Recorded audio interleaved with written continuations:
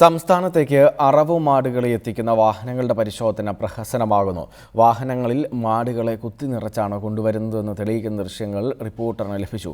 ഏതാനും മൃഗസ്നേഹി സംഘടനകൾ തൃശൂരിൽ നടത്തിയ പരിശോധനയിലാണ് ഇക്കാര്യം വ്യക്തമായത്. വാളയാർ അതിർത്തി കടന്നാൽ പിന്നെ തമിഴ്നാട്ടിൽ നിന്നുള്ള ഈ ലോറികളുടെ ബ്രേക്ക് ചവിട്ടുന്നത് പാലിയേക്കര ടോൾ ബൂത്തിന് സമീപത്താണ്. ഇവിടെയാണ് തൃശൂരിലെ മൃഗസ്നേഹി സംഘടനകൾ അറവുമാടുകളെ കടത്തുന്ന വാഹനങ്ങളിൽ പരിശോധന നടത്തിയത്. ഇനി ദൃശ്യങ്ങൾ കാണുക.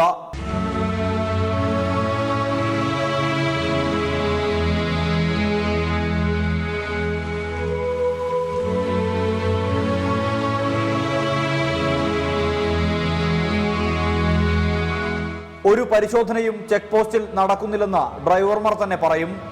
1500 രൂപ കൈമടക്ക് നൽകിയാൽ പിന്നെ എല്ലാം ശുഭം.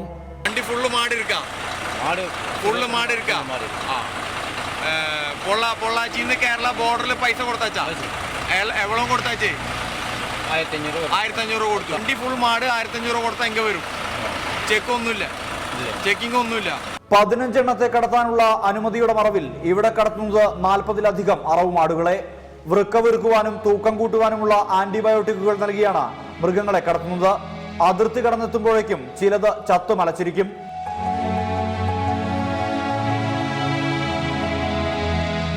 മൂന്ന് ദിവസത്തോളം ഈ കന്നുകാലികൾക്ക് വെള്ളമോ ഭക്ഷണമോ ലഭിച്ചിട്ടില്ല. അതുപോലെ ഇവയിൽ ആന്റിബയോട്ടിക് ഇഞ്ചക്ഷൻ നടത്തിയിട്ടുണ്ട്. തീൻമേശകളിലെ വിഭവമാകാനുള്ളതാണ്. അറവുകാരന്റെ കൊടുവാൾ കഴുത്തിനു മുകളിൽ വീഴുമെന്നും ഉറപ്പ്. അതിനു മുമ്പ് ഈ മിണ്ടാപ്രാണികൾ അനുഭവിക്കേണ്ടി വരുന്ന ക്രൂരതയുടെ ആഴം എത്രമാത്രമെന്ന് ഈ ദൃശ്യങ്ങൾ ഓർമ്മിപ്പിക്കുന്നു. തൃശൂരിൽ നിന്നും സുർജിത് അയ്യപ്പത്ത്, റിപ്പോർട്ടർ.